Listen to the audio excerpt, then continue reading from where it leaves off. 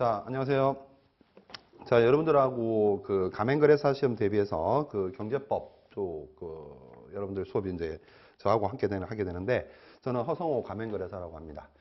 저는 11회 시험에 이제 합격을 했는데 뭐 1차 지금 여러분들이 지금 공부를 하시고 계실 건데 민법하고 경영학, 경제법 요 세 과목 중에서 여러분들이 조금 이제 비중을 두고 공부를 하셔야 될 건 민법 쪽. 뭐 제가 지금 경제법을 하지만은 민법 쪽에 조금 비중을 두고 하시면 좋을 것 같고, 경제법 같은 경우는 여기에 나와 있는 그 문구 그대로 거의 다 출제가 되기 때문에 통상 가맹거래사 시험 보시는 분들이 뭐 점수 획득하는 거 보면 대체적으로 90점 이상 정도 획득을 합니다. 그리고 뭐 회계학 쪽의 지식이 좀 부족하신 분들 일부 빼놓고 경영학에서도 점수를 어느 정도 획득을 하는데, 상대적으로 이제 세 과목 중에서 민법 쪽 부분이 점수가 조금 낮습니다. 그래서 민법 점수를 커버하기 위해서는 이 경제법 쪽에서 거의 90점 이상 이렇게 받으시고, 뭐 경영학이나 이제 경영학 쪽에서는 한 60, 70점, 그다음에 민법은 50점 이상 정도 이렇게 받는 걸로 목표를 하시게 되면 1차 시험은 가볍게 통과를 하실 수 있을 겁니다. 자, 일단 우리 경제법의 특징을 보시게 되면 뭐 혹시 기출 문제를 보셨는지 모르겠는데, 기출 문제를 보시게 되면 공정거래법에 나와 있는 법문, 그리고 약관규제법에 나와 있는 법문들이 거의 그대로 등장을 하게 됩니다. 그래서 본 교재에 나와 있는 내용들도 대부분 다 공정거래법상에 나와 있는 조문 그대로 옮겨놓은 게 대부분이고, 약관규제법도 마찬가지입니다. 그래서 여러분들은 교재에 나와 있는 내용을 중심으로 해서 하시고, 뭐 다소 조금 부족하시다 한다면 가맹거래사 시험 대비하는 어떤 법조문 이런 게 나와 있기는 시중에 합니다만은 뭐 그걸 굳이 사실 필요는 없고 이 공정거래법과 관련된 조문만 다운 받으셔가지고 그 법조문을 이렇게 여러 번 반복해서 읽어보시게 되면 그게 다 그대로 객관식 지문으로 등장한다는 걸 알 수 있을 겁니다. 자, 우리가 이제 크게 이 공정거래법하고 약관규제법 두 파트를 이제 시험을 보게 되는데, 공정거래법 쪽이 뭐 한 70에서 뭐 좀 많을 경우에는 80%, 상대적으로 이제 약관규제법 같은 경우에는 작게는 20%에서 많게는 뭐 한 30% 이 정도가 나옵니다. 그래서 전체적인 분량을 보게 되면 약관규제법이 그 분량에 비해서는 조금 많이 출제되는 편이고, 그다음에 공정거래법 같은 경우는 뭐 분량에 비해서는 조금 적게 출제되는 편이죠. 근데 이제 이 공정거래법의 경우에는 뭐 내용을 목차에 이제 교재에는 이제 목차가 전체적인 목차가 나와 있지는 않지만은 뭐 첫 번째 이제 목차를 한번 정리를 해볼게요. 첫 번째 우리가 봐야 될 게 뭐 제1 정도 놔두고 그냥 바로 공정거래법 총칙입니다.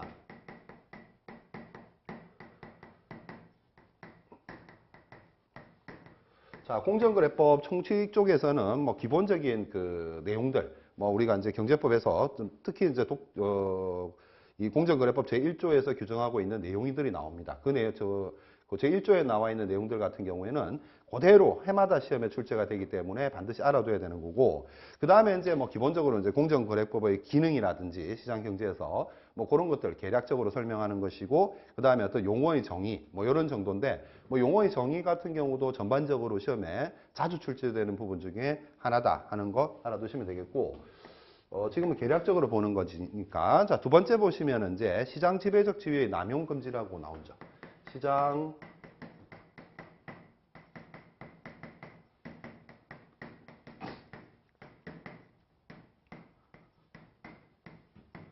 자, 여기서 이제 문제는 여기 지금 뭐 이게 목차 이름에도 나와 있지만 시장 지배력을 이제 얼마나 가지고 있는가. 시장 지배력을 가지고 있는 그 기업이라든지 기업 집단들이 행위에 경제 활동 행위를 하는 데 있어서 그런 것들을 일정 부분 규제하는 걸 갖다가 우리가 시장 지배적 지위의 남용 금지다 이렇게 이야기를 하고, 그 다음에 제 세 번째 이제 나오는 것들이 뭐냐니까 부당한 공동 행위의 제한.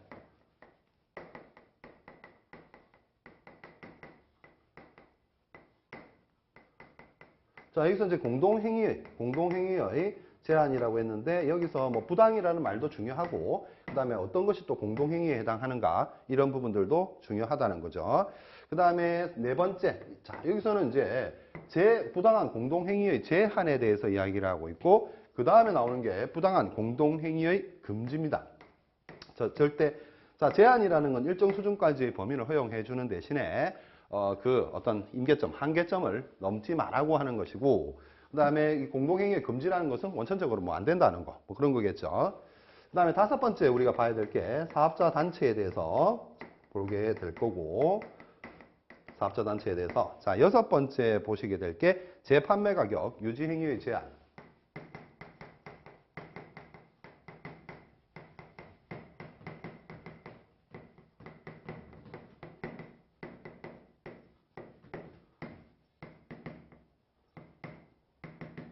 자, 그리고 일곱 번째가 이제 그 국제계약의 체결 제한.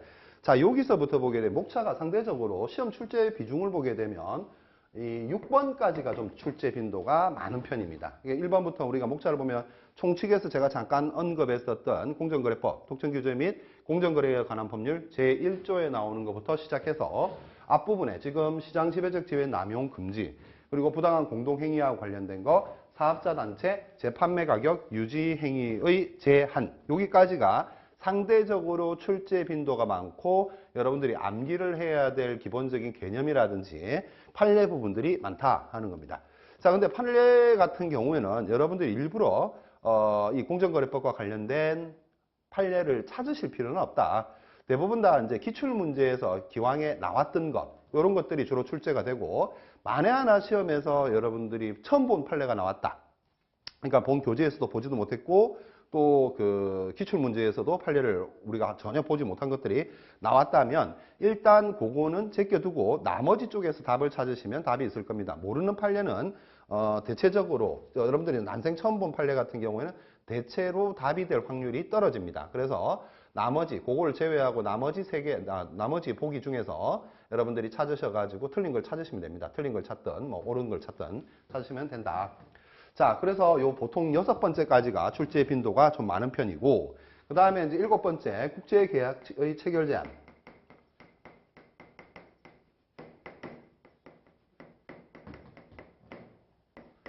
자, 그리고 여덟 번째가 공정거래위원회 조직과 관련된 거죠. 공정위와 관련된 거. 그 다음에 아홉 번째가 분쟁조정협의회. 자, 뒷부분은 지금 공정위죠. 그 다음 분쟁조정협의회죠. 자, 어떤 조직이라든지 절차와 관련된 부분입니다. 그래서 10장에 보면은, 10번째 보면은 사건 처리 절차,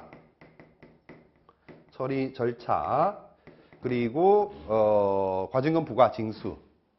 11번째, 과징금 부과, 그 다음에 징수. 그 다음에 12번째가 손해배상과 벌칙. 자, 12번째에 나오는 손해배상과 벌칙의 경우에는 앞에서 언급을 하면서 같이 등장을 했던 것을, 한번 등장했던 것을 12번째에 몰아서 한꺼번에 또 정리해 놓은 것입니다. 그래서 지금 보면 대략적으로 앞의 내용 같은 경우, 지금 1번부터 한 6번까지는 이게 기본적인 개념 외에 개념에다가 판례 문제까지 자주 등장을 하는데, 요 뒤에 공정위부터 해가지고 과징금 부과 징수까지는 이게 조금 전에도 말씀드렸듯이 절차적인 문제다는 거죠. 그 절차적인 문제다 보니까 다소 판례보다는 기본 개념 위주로 출제되는 경우가 많다. 물론 뭐 절대 판례가 출제되지 않는다는 건 아니지만 대체적으로 그렇다는 얘기입니다. 그래서 이런 정도를 우리가 공부를 하신다 생각하시면 될 겁니다. 그 다음에 약관규제법 같은 경우는 뭐 별도로 목차를 정리를 하지 않더라도 조금 전에 말씀드렸지만은 분량 자체가 그렇게 많지 않기 때문에 약관규제법 전체를 그냥 제대로 그냥 암기한다, 숙지한다 이렇게 생각하시면 되겠다는 거죠. 자, 교재를 보시면 제12페이지입니다. 12페이지에 제1장 독점규제 및 공정거래에 관한 법률, 공정거래법 해서 총칙이 나옵니다. 첫 번째 나오는 게 공정거래법의 개관 해서 나오는데, 거기에 있는 내용 법 제1조, 그러니까 독점규제 및 공정거래에 관한 법률 제1조에 있는 내용들은 반드시 출제가 되는 부분이니까 기억을 하셔야 됩니다. 그래서 제1조 꺽쇠 표시되어 있는 부분을 보시게 되면 이 법은 사업자의 시장 지배적 지위의 남용과 과도한 경제력의 집중을 방지하고 부당한 공동행위 및 불공정 거래행위를 규제하여 공정하고 자유로운 경쟁을 촉진함으로써 창의적인 기업 활동을 조장하고 소비자를 보호함과 아울러 국민 경제의 균형 있는 발전을 도모함을 목적으로 한다까지 해서 꺽쇠가 되어 있는데, 자, 거기에서 보면 이제 하나하나를 쪼개셔야 된다 하는 거죠. 왜냐하면 이제 거기에 나와 있는 것 중에, 자, 우리가 그 공정거래법, 이 법은 어떤 쭉 설명을 하고 있으면서 맨 마지막에 뭐라고 되어 있습니까? 목적을 한다, 목적으로 한다. 목적으로 한다는 것은 결국에 궁극적 목표라는 거죠. 그래서 다음 중 독점규제 및 독점규제 및 공정거래에 관한 법률을 목적으로 하지 않는 것은, 추구하는 바가 아닌 것은 이러한 문제가 출제가 된다는 거죠. 그럼 첫 번째는 보면은 시장 지배적 지위의 남용과 경제력의 집중 방지. 그러니까 이게 그걸 쪼개가지고 시장 지배적 지위 남용 금지하고 남용 금지. 그 다음에 두 번째, 지금 이 쪼개면은 경제력 집중 방지죠. 이거 방지 금지. 그 다음에 경제력 집중 방지. 이런 목적도 있고, 그 다음에 또 세 번째 뭐 있습니까? 세 번째 보면 부당한 공동행위, 그리고 아까 목차에서 나왔었죠. 부당한 공동행위는. 그 다음에 불공정 거래 행위, 그다음에 부당한 공동행위, 그리고 플러스해서 불공정 거래 행위.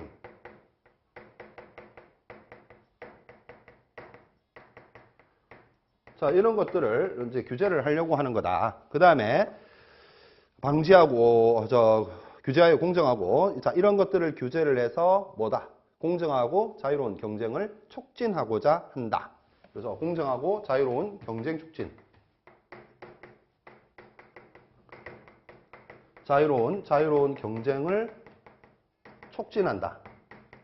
촉진해서 뭐 하는데요? 촉진해서 창의적인 기업 활동을 조장한다. 그 다음에 소비자를 보호한다. 여섯 번째, 자, 이게 목적에 다 등장하는 거죠. 여섯 번째, 창의적 기업 활동 조장. 그 다음에 소비자를 보호하고 국민 경제의 균형 있는 발전. 소비자 보호,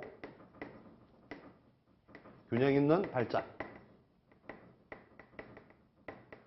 자, 이것들이 이제 이 1조에 나와 있는 거를 지금 우리가 조사 빼면은 다 이 내용이 다죠. 조사 빼면 이 내용이 다인데, 요것들이 이제 우리가 결과론적으로 봤을 때 이 공정거래법이 추구하고자 하는 바다. 그래서 시장 지배적 지위 남용도 금지해야 되고, 경제력 집중 방지도 해야 되고, 부당한 공동행위나 불공정 거래 행위도 규제를 해야 되고, 그렇게 함으로써 공정하고 자유로운 경쟁을 촉진하고 창의적인 기업 활동을 조장하고, 그리고 소비자를 보호한다 하는 얘기까지 있었죠.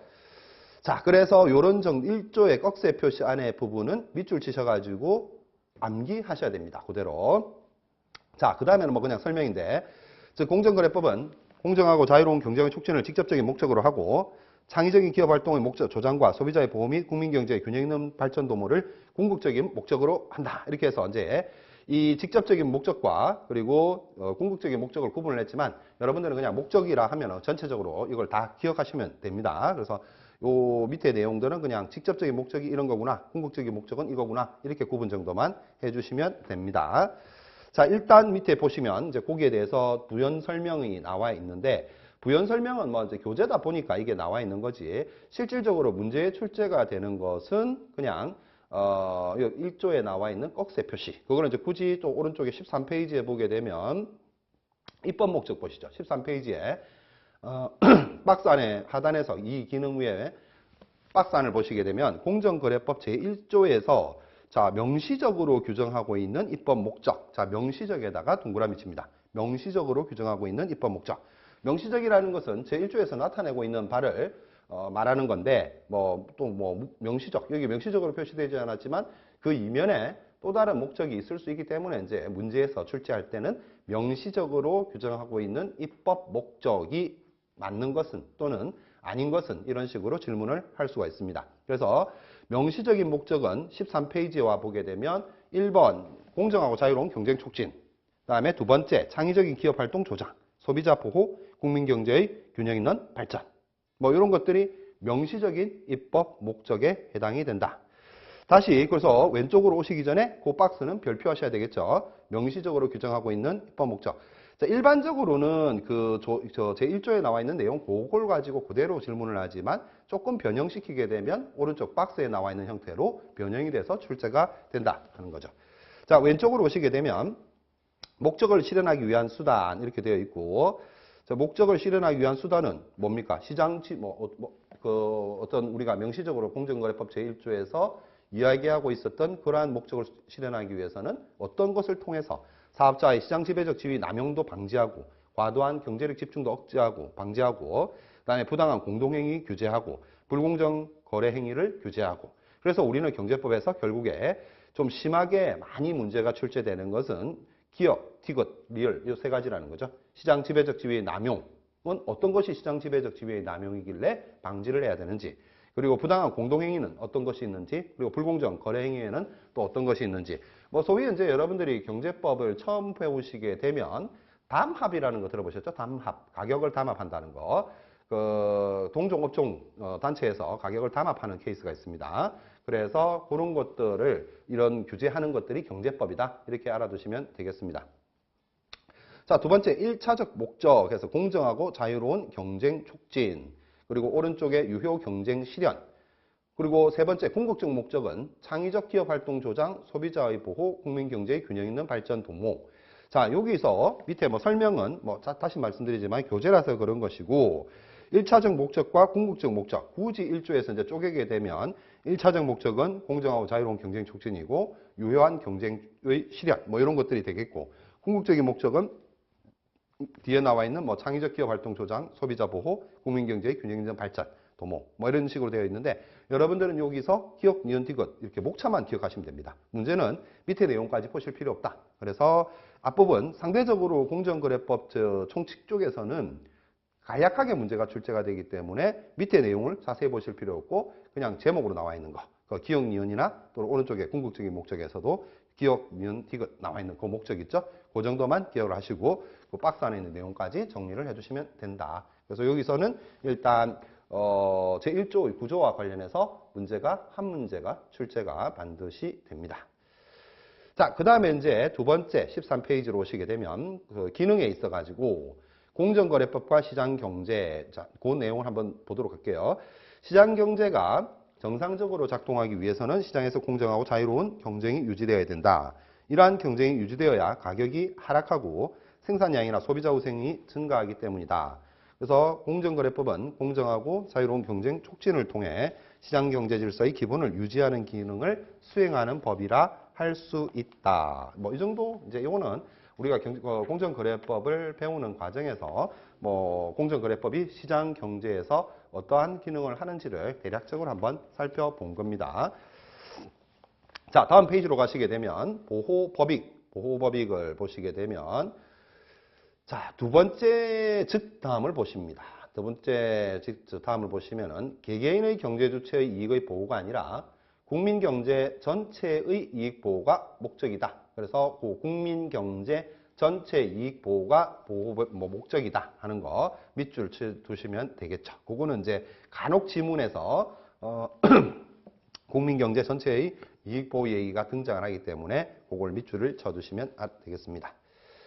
자, 그 다음에 이제 14페이지에 보면 이 공정거래법의 특징과 관련한 문제들이 종종 등장을 합니다. 그 내용들이 보면 첫 번째 원인금지주의와 폐해규제주의 이렇게 구분하는 게 있고, 그 다음에 두 번째는 행정이냐 또는 사법이냐, 그래서 행정규제주의냐 사법심사주의냐, 세 번째는 직권규제주의냐 당사자주의냐.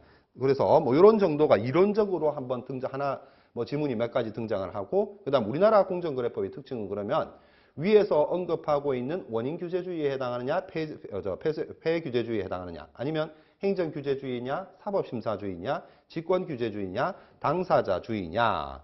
자, 이렇게 되어 있는데 우리 입장에서는 보통은 이제 보면 이런 어떤 이론상의 문제가 나오게 되면 우리나라 같은 경우는 통상 어떻게 하겠습니까?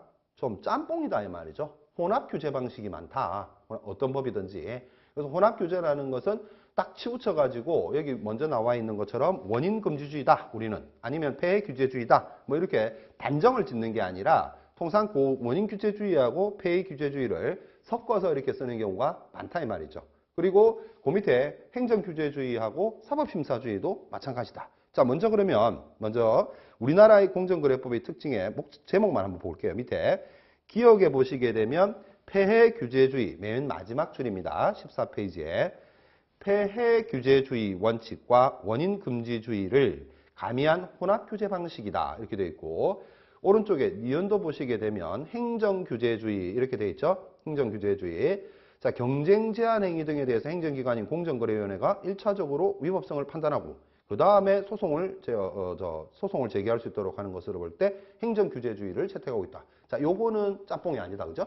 행정규제주의 같은 경우는 지금 일단 공정위에서 1차적으로 위법성 여부를 판단을 하고 거기에 따라서 그 이후에 행정소송이겠죠? 행정쟁송을 제기할 수 있도록 하고 있다. 근데 그 밑에 보니까 세 번째는 직권규제주의 원칙과 당사자주의를 가미하고 있더라. 자, 결국 이것도 짬뽕이죠. 그래서 섞였다는 거죠. 직권규제주의만 고집하는 것도 아니고 당사자주의만 고집하는 것도 아니고 그래서 직권규제주의를 원칙으로 하고 있고 거기에다가 당사자주의를 가미했다. 그리고 앞에 첫 번째는 우리가 폐해규제주의를 원칙으로 하고 있고 원인금지주의를 가미했다. 이제 기준은 있다는 얘기죠. 조금 섞더라도 폐해규제주의에다가 원인금지주의를 좀 썼고 그 다음에 뒤에도 마찬가지죠. 세 번째 직권규제도 마찬가지죠. 직권규제를 원칙으로 하고 거기에다가 당사자주의를 조금 섞었다 하는 그 정도만 이해하시면 되겠습니다. 그래서 일단 원칙 이야기를 하게 되면 원칙을 딱 우리나라 공정거래법을 이야기하게 되면 폐해규제주의하고 직권규제주의하고 행정규제주의다 이렇게 할 수 있겠지만 단정적으로 그렇다 이렇게 하면 틀린 표현이 되겠죠. 단정적으로 우리나라는 직권규제주의를 채택하고 있다 이렇게 하는 것은 조금 좀 그 지문에 문제가 있다는 거죠. 그래서 직권규제주의를 원칙으로 한다 이 표현은 맞겠지만은 직권규제주의가 우리를 채택하고 있다 이렇게 이야기하기는 조금 어렵다. 자, 그러면 우리나라 거를 먼저 봤는데 특징 쪽에 와 보시게 되면 그럼 원인금지주의와 폐해규제주의가 뭐냐 하는 거죠. 자, 일단 우선적으로 보면 내용을 한번 보고 이렇게 설명을 드릴게요. 폐해규제주의는 독과점을 당연히 위법한 것으로 보는 것이 아니라 공공의 이익을 침해하여 폐해를 수반하는 경우에만 이를 규제한다. 그러니까 폐해가 이 독과점이라는 것 자체가 처음부터 잘못된 것은 아니었다. 근데 아무런 폐해가 발생하지 않게 되면 독과점도 인정해 주겠다. 근데 그 독과점으로 인해서 폐해가 발생했다면 그때 가서 규제를 하겠다. 폐해가 발생했을 때 규제를 하겠다는 것이 폐해 규제주의고 그래서 이러한 입장을 취하고 있는 나라가 뭐 영국이라든지 프랑스, 독일 이런 나라들이 있고 이에 반해서 원인금지주의는 독과점 형성 자체를 광범위하게 금지하고 독과점이 발생할 경우에는 주로 기업 분할이나 시장 구조 개선 등을 통해 과점 시장을 경쟁 시장으로 전환하는 입장이다. 자, 이건 뭡니까? 앞에 폐해 규제주의는 독과점을 해도 괜찮은데 이 독과점으로 인해서 폐해가 발생했을 때 그 폐해를 규제하는 것이라 한다면 원인금지주의 같은 경우에는 폐해가 발생하기 전에 이미 원천 단계에서 독과점은 이후에 폐해가 발생할 것으로 생각이 되죠. 추정이 되죠. 추정이 되기 때문에 원천적으로 독과점이라든지 뭐 이런 잘못된 부분에 있어서 원칙적으로 제한을 하는 것이 원인금지주의다. 그래서 우리나라는 폐해규제주의에다가 원인금지주의를 가미했다 했죠. 폐해규제주의 원칙에다가 원칙적으로는 폐해가 발생해야 되는데 또 어떤 원천을 찾아서 그 원천을 사전에 차단하는 그러한 그 원인금지주의를 가미하고 있다. 자, 두 번째 니은을 보시게 되면 폐해규제주의는 시정에 걸리는 시간이 길지 않고 잘못된 기업 분할에 따르는 부작용이 없다는 장점이 있으나 독과점 시장에 대한 근본적인 해결책이 될 수 없다는 한계가 있다. 자, 독과점 시장에 대해서 근본적인 해결책이 될 수 없는 이유는 독과점 자체가 잘못됐다고 생각을 하진 않기 때문에 그 독과점으로 인해서 폐해가 발생했을 때에만 규제를 하는 것이라서 근본적으로 그 폐해가 발생한 것을 제거시키는 데는 걸리는 시간이 별로 길지 않다고 되어 있죠. 그 폐해만 뚫어내면 되니까. 그런데 원인금지주의 같은 경우는 기업 분할이나 시장 구조 개선 등을 통해 독과점의 폐해를 가장 큰 장점이 사전에 방지할 수 있다는 거죠. 사전에 원인이 이제 이런 그 독과점이라든가 이런 부분들이 원천적으로 차단을 시키는 것이기 때문에 사전에 방지할 수 있다는 것이 가장 큰 장점인데 시장 구조 개선에 상당한 시간이 소요되고 잘못된 기업 분할의 경우 오히려 그 폐해가 클 수 있다는 한계를 지니고 있다. 자, 이거는 이제 시간적인 문제를 봤을 때 폐해 규제주의 같은 경우에는 발생한 폐해만 드러내는 것이라서 어떻습니까? 그 시간이 단축되겠지만은 이 원인 금지주의 같은 경우에는 발생이 가능한 부분을 찾아가지고 사전에 차단해야 되다 보니 이것은 상대적으로 시간이 오래 걸릴 수밖에 없다. 자, 그래서 기업 폐해 규제주의와 원인 금지주의를 기억을 하실 때에는 폐해 규제주의는 폐해가 발생했을 때, 원인 금지주의는 사전에 뭐 요 두 가지 단어를 연결해서 기억하시면 되겠죠. 폐해 규제주의는 폐해 발생 시점, 폐해가 발생했을 때고 원인 금지주의는 사전에 차단할 수 있는 것이다. 자, 두 번째에 나와 있는 행정규제주의와 사법심사주의는 조금 전에 우리나라 공정거래법의 특징을 보면서 봤었죠. 자, 행정규제주의 같은 경우에는 행정기관에서 하는 것을 말하는 것이다. 근데 이에 반해서 사법심사주의 같은 경우에는 법원에서 하는 것을 말하는 거죠. 그래서 우리나라 공정거래법의 특징은 뭐라고 했다? 기본적으로는 행정규제주의라고 했죠. 행정규제주의고. 그래서 공정위에서 바로 우리가 이제 이 공정거래법을 위반한 사실에 대해서 바로 소송을 가는 것이 아니라 1차적으로 공정위에서 위법성 여부를 심사, 판단을 하고 거기에 대해서 뭐 불복이 있을 경우에는 다시 한번 서울고등법원에서 행정쟁송 과정을 거치게 한다. 그래서 기본적으로는 뭐다? 행정규제주의를 택하고 있더라. 그래도 우리가 그 이론적 내용을 한번 보시게 되면 자, 결국 첫 번째 줄에서 이야기하는 것은 행정부에서 할 거냐, 행정기관에서 규제를 하느냐, 사법부에서 하느냐, 그걸 이야기하고 있죠. 경쟁 제한 행위의 위법성에 대한 1차적 판단 기준을 어디로 하느냐에 따라서 행정규제주의와 사법심사주의로 구분이 되어진다. 행정규제주의는 행정기관에서 경쟁 제한 행위의 위법성 여부를 1차적으로 판단하는 입장인 반면 사법심사주의는 당연히 법원에다가 부여하겠죠. 통상적으로 폐해 규제주의를 취하는 입법례에서는 폐해 규제주의를 취하는 자, 요거 연결하셔야 되겠죠? 이제 이야기가 폐해 규제주의를 우리나라가 밑에 우리나라 공정거래법의 특징을 먼저 본 이유가 이거다. 자, 통상적으로 폐해 규제주의를 취하는 입법례에서는 뭘 한다고 하죠? 행정 규제주의를 취하는 경향이 있다. 자, 첫 번째 우리나라 거하고 같이 보세요. 자, 폐해 규제주의. 폐해 규제주의하고 그다음에 원인 금지주의.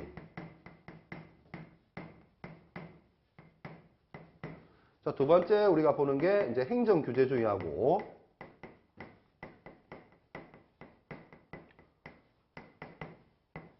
사법심사주의인데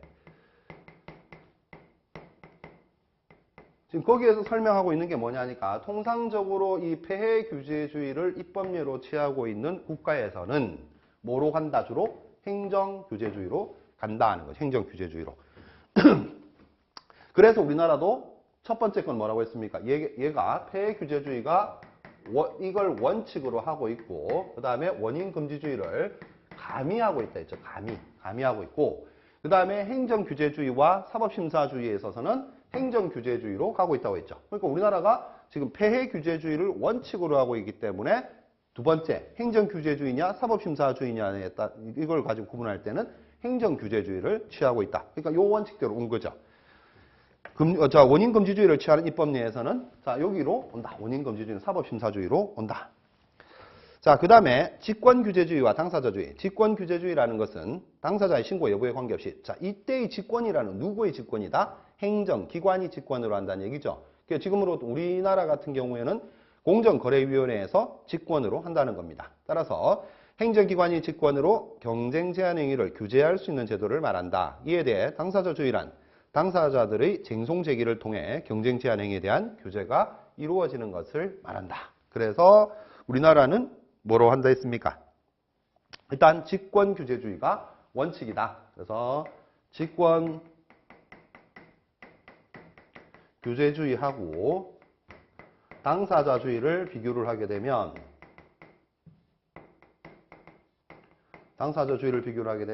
행정규제주의로 오고 직권규제주의인데 이 직권은 여기서 행정규제주의를 우리가 폐해규제주의를 원칙으로 하고 행정규제주의, 즉 공정거래위원회에서 1차적으로 위법심사 여부를 판단한다면 아무래도 뭐에 가깝겠습니까? 직권규제주의, 즉 공정위에서 당사자의 쟁송 문제와 상관없이 직권으로 할 수 있다니까 우리는 대체적으로 요 라인이겠죠. 그 왼쪽 폐규제주의, 행정규제주의, 직권규제주의. 자, 요게 나오면 이쪽으로 갈 가능성이 많겠죠. 자, 그래서 이제 우리나라 공정거래법의 특징 해가지고 봤는데, 요거는 이제 조금 전에 잠깐 내용을 봤으니까 자세히는 안 보셔도 되겠죠. 그래서 요거를 일단은 1번, 3번 요거는 원칙을 하고 있고 플러스 이것도 마찬가지 당사자주의도 가미하고 있다 하는 거 요것만 정리를 해두시면 되고 우리나라 입장 요거 알아두시고 왼쪽. 근데 이제 말은 단어는 지문에서 쓰는 단어는 잘 보셔야 된다. 요걸 우리는 폐규제주의를 무조건 채택하고 있다든가 또는 직권규제주의를 무조건 채택하고 있다든가 이런 식으로 판단을 그 지문을 정리를 했으면 그건 조금 생각해 보셔야 될 문제다. 틀린 지문이 될 가능성이 있다. 물론 이제 다른 데서 다른 지문에서 더 명확하게 틀린 것이 있으면 그것을 찾으면 되는데 그런 식으로 단정적으로 이야기를 하게 되면 옳은 표현이 아니다. 그래서 요 뒤에 부분들이 가미가 되어 있다는 설명이 그것까지 해야 완전히 옳은 설명이 되는 것이다. 이렇게 알아두시죠. 자, 그래서 요게 이제 이 지금 특징과 관련한 게 또 한 문제다. 그래서 지금 두 문제 나온 겁니다. 저 공정거래법 개관에 공정거래법 총칙에서 지금 개관 쪽에서 1조와 관련된 문제 하나, 그리고 여기에 나와 있는 특징과 관련된 거, 요거는 뭐 특징만 이론적으로 물어볼 수도 있고 우리나라 공정거래법의 특징과 관련해서 섞어서 5개 지문을 정리를 할 수도 있고, 그래서 어찌됐든 요것도 한 문제가 출제가 되는 부분입니다. 자, 그 다음에 이제 관련 용어와 이제 우리 관련된 내용입니다. 지금 보시면 요것도 관련 그 용어들이 항상 해마다 출제가 되는 부분입니다. 이 용어와 관련된 부분은 출제되는 빈도가 뭐 한 문제 이렇게 출제되는 게 아니라 요 파트에서 그냥 문제가 어떤 경우에는 두 문제가 나오는 경우도 있고 그러니까 요 관련 용어에 대한 것도 완전히 숙지를 하셔야 됩니다. 자, 먼저 사업자의 개념이 등장을 합니다. 사업자라 하면 자, 여기 이제 제가 책을 보는 게 법 조문에 있는 그대로 내용이기 때문에 별도로 이제 설명할 게 없어서 그런 거죠. 자, 사업자라면 제조업, 서비스업, 기타 사업을 행하는 자를 말한다. 사업자 이익을 행하는 행위를 하는 임원, 종업원, 대리인, 기타의 자는 사업자 단체에 관한 규정의 적용에 있어서 이를 사업자로 본다. 자, 여기서 이제 경제법이 나오는 그 형태를 보게 되면 약간 이제 그 좀 뭐라 해야 될까? 쫀쫀하다고 봐야 될 건데 지금 임원, 종업원, 대리인, 기타의 자 이렇게 돼 있잖아요. 그죠? 그래서 이걸 갖다 쪼개가지고 임원만 등장을 시킨다든가 종업원만 등장을 시킨다든가 대리인만 등장을 시킨다든가 여기서 핵심은 뭡니까? 이런 자들은 사업자 단체의 규정을 적용함에 있어서는 사업자로 본다 이렇게 돼 있잖아요. 그러니까 우리가 법 조문을 볼 때 본다 하는 것은 간주 규정이죠. 간주. 그러니까 원래는 임원이라든지 종업원이라든지 대리인 이런 사람들은 사업자로 볼 수가 없는 거란 말이죠. 그런데 사업자 단체 규정을 적용할 때 그때에만 이 사람들을 뭐로 사업자로 간주하겠다. 그래서 이게 이제 제2조 제1호에 나와 있는 내용이다. 뭐 요거는 그대로 기억하셔야 됩니다. 그래서 제조업, 서비스업, 기타 사업을 행하는 자를 말한다. 자, 이것도 이제 지문이 말 같지도 않은 지문들이 가끔씩 있다 하는 겁니다. 뭐 사업자라 하면 제조업만을 행하는 자를 말한다. 뭐 이런 이제 지문이 등장을 하는 경우가 있는데 그건 뭐 금방 찾아내실 수 있을 거다. 그래서 사업자라 하면 제조, 서비스업, 기타 사업. 그러니까 웬만한 사업은 다 포함된다는 거죠. 그래서 그렇게 알아두시고 사업자 단체 규정 적용할 때 이런 자들도 뭐가 된다? 사업자가 된다, 본다 이렇게 돼 있죠. 자, 두 번째 사업이란 타인에게 경제적 이익을 제공하고 그것에 상응하는 반대급부를 받는 행위를 계속적 반복적으로 행하는 것을 말한다. 행한다는 것은 자기 명의와 상관없이 여기서는 중요한 표현이 자기의 계산이라는 표현이 있죠. 자기의 계산. 자기의 계산하에 사업을 경영한다는 의미로서 반드시 영리를 목적으로 하려는 상행위일 필요가 없으며 공익 목적을 요하는 것도 아니다. 여기서 중요한 표현도 있죠. 반드시 영리를 목적으로 하는 상행위일 필요가 없으며 그것만 밑줄 칩니다. 반드시 영리를 목적으로 하는 상행위일 필요가 없으며 자, 여기서는 이제 행한다는 의미를 뭐 우리가 사업을 하는 데 있어 가지고 꼭 여러분들 사업을 해보셨는지 모르겠는데 꼭 본인 명의로만 이렇게 반드시 하는 건 아니죠. 물론 이제 본인 명의로 하는 것이 가장 좋겠지만 다른 사람의 명의를 이렇게 빌려서 하는 사람도 있습니다. 그러니까 명의상 사업자는 A인데 실질적인 운영의 주체는 B가 된다는 거죠. 그런 경우에 있어서는 B가 자기의 계산하에 그 사업을 영위하는 것으로 본다는 얘기입니다. 그래서 자기의 계산하에 앞에 내용은 뭐죠? 명의, 자기 명의 여부와 관계없이 이런 표현을 썼죠. 그래서 A의 명의가 A로 명의는 되어 있다 손 치더라도 B가 사실상 자기 계산하에 사업을 행하고 있으면 된다 이 말이죠. 자, 그 다음에 세 번째, 사업을 행하는 자이기만 하면 사인인, 법인, 법인격 없는 사단이나 조합 등 그 법적 형태를 불문하고 사업자가 될 수 있다. 뭐 이런 것들 표현은 뭐 지문에 나와도 못 찾지 않을 것 같고, 일단 사업자인지 여부는 경제적 독립성 여부로 판단해야 하므로 하나의 사업자로 인정되기 위해서는 수익을 일정한 비율로 분배하는 관계에 있다거나 실질적으로 단일한 지위 아래 종속적으로 사업활동을 영위해야 된다. 자, 요것은 밑줄을 쳐두셔야 됩니다. 대법원 판례죠. 2005년 12월 9일 날 나왔고, 뭐 사건 번호 이런 까지 모르셔도 되지만 일단 사업자인지 여부는 에서부터 종속적으로 사업활동을 영위해야 한다. 거기까지 밑줄을 쳐둡니다. 자, 이런 것들이 이제 관련 판례로 해가지고 뭐 이렇게 판례를 요대로 옮겨 놓으면 좋은데 판례를 갖다가 조금 이렇게 변형하는 경우도 있습니다. 보기에서. 그러니까 판례를 제대로 된 판례를 기억을 하고 있어야 그 변형된 판례를 찾아낼 수 있겠죠. 그래서 뭐 예를 들면 사업자인지 여부는 경제적 독립성 여부로 판단해야 하므로 하나의 사업자로 인정되기 위해서는 수익을 일정한 비율로 분배하는 관계에 있다거나 실질적으로 단일한 지위 아래 종속적으로 사업 활동을 영위하여야 하는 것은 아니다. 뭐 이런 식으로 끝에 그 다른 또 단어를 몇 개 더 이제 그 조사를 몇 개 더 붙여가지고 완전히 그 취지 자체를 바꿔버리는 겁니다. 이제 그런 식으로 지문이 출제가 될 수 있으니까 반드시 요거는 대법원 판례 자체를 그대로 기억을 하셔야 됩니다. 자, 일단은 여기서 우리는 일정한 비율로 분배 관계가 있어야 된다는 거죠. 분배. 그러니까 분배 동그라미 치시고, 그 다음에 실질적으로 단일한 지위 아래 종속적으로 사업 활동을 영위해야 된다. 종속적. 그거까지 동그라미 쳐두시죠. 그러니까 분배하고 종속적인 거. 그래서 그 두 가지가 이 대법원 판례에서 이제 보여주고 있는 내용이다. 따라서 자신의 계산으로 사업을 영위하지 않는 종업원 또는 대리인의 경우에는 사업자성이 부정된다. 이렇게 돼 있죠. 그래서 기본적으로 여기서 이해를 하셔야 될 게 1번에서는 종업원하고 대리인 이야기가 잠깐 나왔었죠. 잠깐 나왔었는데 단서 조항이 뭐가 있었습니까? 자, 종업원과 대리인은 사업자 단체 관련 규정을 적용할 때 사업자로 보는 것이지 일반적으로는 사업자가 아니다. 그래서 맨 마지막에도 보면은 자신의 계산으로 사업을 영위하지 않는 종업원이나 대리인의 경우에는 사업자로 볼 수 없다. 즉 사업자성이 부정된다. 이렇게 되어 있죠. 자, 그 다음에 이제 다음 페이지 16페이지로 가시면 공정거래법 적용과의 관계를 보겠습니다. 자, 공정거래법은 사업자가 행하는 업종 불문하고 모든 사업자를 적용 대상으로 한다. 제조업과 서비스업만을 행하는 자에 한정하지 않는다. 자, 여기서 지금 제조업과 서비스만을 하는 자에 한정하지 않는다 하는 얘기는 맨 앞에서 우리가 2조 1호에서 설명하는 게 뭐였습니까? 사업이라는 것을 설명을 할 때 제조업, 서비스업, 기타 뭐 이렇게 설명을 했었는데 거기에 제조업, 서비스업이 나와 있다 해서 제조업과 서비스업에 한정하는 것으로 오해하지 말라는 얘기죠. 그래서 사업이기만 하면 된다. 결국 자기의 계산으로 사업을 행하기만 하면 업종은 물론 목적 영리성, 공익성 및 법적 형태를 불문하고 공정거래법이 적용하는 사업자가 된다. 예컨대 의료사업을 영위하는 재단법인도 적용 대상이 되고 학교법인도 될 수가 있다. 자, 이제 이런 지금 예컨대에 나와 있는 거, 뭐 다른 여러분들이 공부를 하실 때 예컨대 이후에 나와 있는 거 무시하는 경향이 있을 수 있거든요. 근데 여기 지금 경제법에서는 무시하면 안 된다. 예컨대에 나와 있는 거 동그라미 쳐야 됩니다. 뭐를? 의료사업하고 그 다음에 학교법인 동그라미 칩니다. 의료사업을 영위하는 재단법인도 적용이 가능하고 학교법인도 사업자가 될 수가 있다.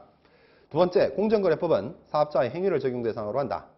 소비자와 소비자단체, 노동자와 노동조합의 행위는 사업자의 행위가 아니므로 공정거래법이 적용되지 않는다. 자, 이것도 이제 우리가 예시적으로 설명을 하고 있는 겁니다. 그래서 소비자와 소비자단체, 노동자와 노동조합, 요것도 밑줄 쳐야 되겠죠. 요거는 공정거래법 적용이 안 되는 사안이고 1번에서는 학교법인이나 의료재단법인은 적용이 될 수도 있고, 세 번째는 사업자의 거래행위를 대상으로 한다. 사업자 행위라 하더라도 거래행위가 아니거나 거래행위와 관련이 없는 행위는 공정거래법의 적용 대상에서 제외된다. 그래서 순수한 자선활동, 사회복지활동. 자, 밑에 세 번째에 나와 있는 것들은 금방 아시겠죠? 오늘 뭐 밑줄 안 쳐도 그건 당연히 뭐 공정거래법하고 아무 상관없는 그런 그 사업성이 인정될 수 없는 그러한 활동들이다. 그러면 우리는 뭘 알아야 된다? 1번, 2번에서는 학교법인, 그다음에 의료법인, 그다음에 두 번째에서는 학교법인, 의료법인은 된다. 두 번째에서는 안 된다. 뭐가? 소비자, 소비자 단체, 노조, 노동자 이런 쪽은 안 된다. 자, 사업자 여부가 문제되는 경우 자주 출제되는 부분들은 이제 여기서도 자주 출제되죠. 사업자 여부가 문제되는 경우가. 자유업자, 종래에는 의사, 변호사 등과 같이 개별적으로 자유업을 영위하는 사업자는 공정거래법상의 사업자에서 제외해야 된다는 견해가 있었으나 일반적으로 지금은 사업자에 포함된다 하는 게 뭐 취지다는 거죠. 밑에 대한의사협회는 어쩌고 저쩌고 쭉 나와 있는데 자, 결국 대한의사협회는 공정거래법상 사업자 단체 규정을 적용받을 수 있다. 그래서 뭐 이게 이제 워낙 자주 등장하는 했던 판례라 가지고 요즘에는 많이 등장하지는 않지만 간혹 보기에 그냥 이 사업자 그 여부가 문제되는 경우와 관련된 문제가 나왔을 때 대한의사협회가 잠깐씩 들어가기도 합니다. 그래서 그냥 지문에 보통 이게 답이 되는 경우는 잘 없고 그냥 그 지문을 구성하기 위해서 사업자 단체에 해당한다 이렇게만 들어갑니다. 그 다음에 두 번째 국가 지방자치단체. 법령의 구속을 받으며 행위하는 국가와 지자체와 같은 공공기관도 공정거래법상 사업자에 해당하는지가 문제가 된다. 이에 국가나 지방자치단체의 행위에 대해서는 공정거래법이 적용되지 않는 것이 원칙이겠지만 자, 이들이 국가나 지방자치단체가 공익목적으로 공익활동만을 수행할 경우에는 공정거래법의 적용 여지가 없습니다. 공정거래법 적용할 게 없죠. 그런데 국가나 지자체도 경우에 따라서는 사인과 같은 역할을 할 수가 있다. 이때 밑줄 쳐야 되겠죠. 사경제의 주체라는 표현이 있습니다. 세 번째 줄 끝에 보면 사경제의 주체로서 타인과 거래 행위를 하는 경우에는 그 범위 내에서 공정거래법 소정의 사업자에 포함된다는 것이 통설과 판례의 입장이다. 그래서 뭐 판례는 워낙 오래됐죠. 90년에 나와 있는 판례였는데 결국에 뭐다? 국가나 지방자치단체는 절대 공정거래법의 적용을 받을 수 없다. 이렇게 하면은 틀린 표현이 되고 국가나 지방자치단체도 사경제의 주체로서 행위를 할 경우에는 그 범위 내에서 사경제 주체의 범위로서 그 범위 내에서는 뭐로 본다? 사업자로 봐서 공정거래법의 적용을 받을 수가 있다 하는 겁니다. 자, 그래서 이제 어떤 경우냐? 17페이지 상단의 두 번째 줄에 보면 또 얘가 나와 있죠. 지방자치단체가 토지개발사업 또는 주택공급사업을 수행하는 경우에는 사경제 주체로서의 경제활동이므로 공정거래법 적용받는다. 토지개발사업, 지방자치단체에서 토지개발사업이나 자체적으로 주택공급사업이나 뭐 서울시 같은 경우도 그런 경우가 있죠. 자, 그런 경우에는 사실은 국가나 지방자치단체 고유의 임무를 수행한다기보다는 뭐 아파트 주택 공급 사업은 민간에서도 하지 않습니까? 그죠? 토지개발 사업도 민간에서 할 수 있는 거죠. 그러니까 민간에서 할 수 있는 것을 하는 상황에서는 민간과 똑같이 사경제의 주체로서 봐서 공정거래법상 사업자로 적용을 받을 수 있다 하는 얘기입니다. 자, 일단 공정거래법 관련 용어는 뭐 첫 시간은 사업자까지만 하고 다음 시간에 이어서 기업 집단부터 보도록 하겠습니다.